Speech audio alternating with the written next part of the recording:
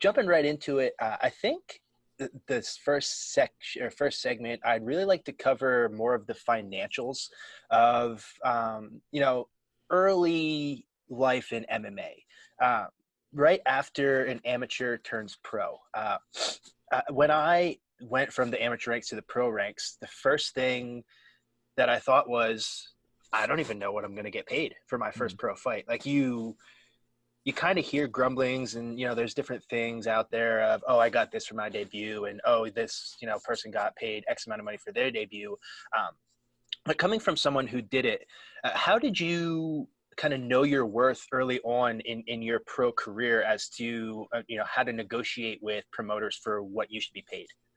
Yeah, I think that's an ongoing battle, and I'll reference, as long as we do this series, I'll reference my career path now and the similarities. But it's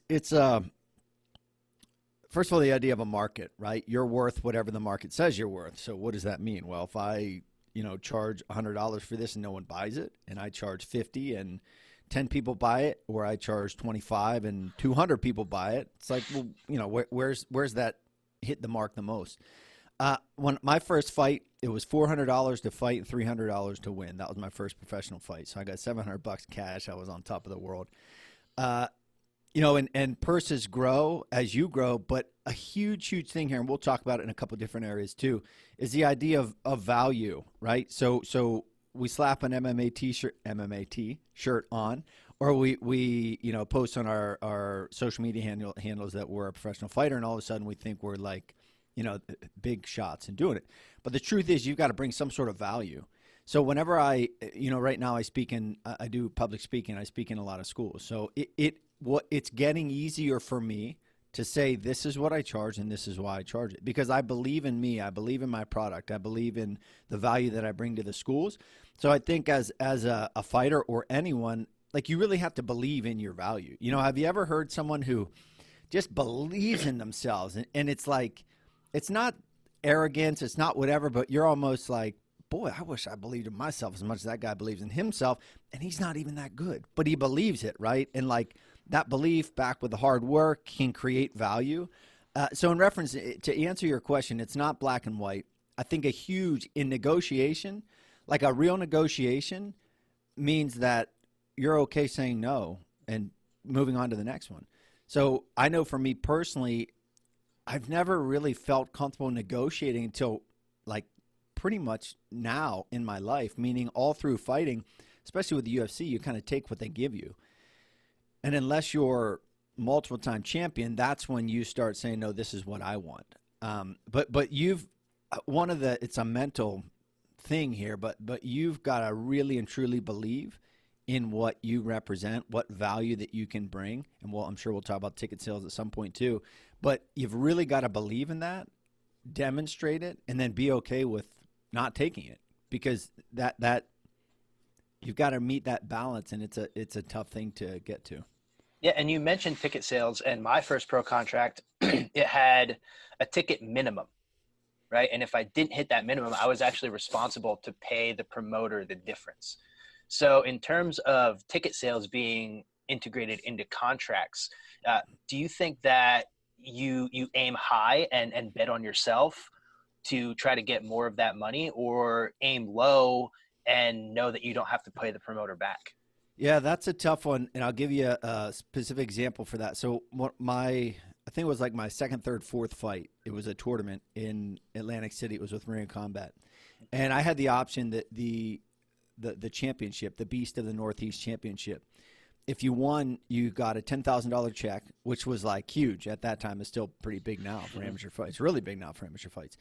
Or you could do ticket sales, but you weren't guaranteed to make that, right?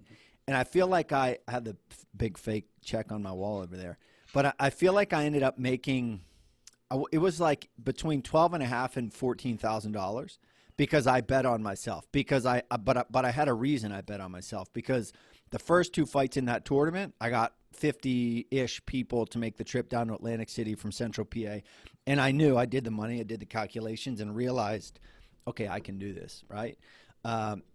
Another example, and this goes back to the value in the purse thing.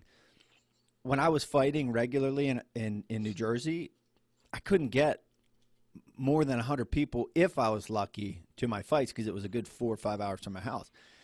When it got sanctioned in Pennsylvania and they started having fights in Altoona, which is right next to my hometown, it's where I'm from, I feel like I had 400 was the most I brought at one point. So I knew without a doubt that, hey, promoter, this is value, and I know it, and this is what I'd like.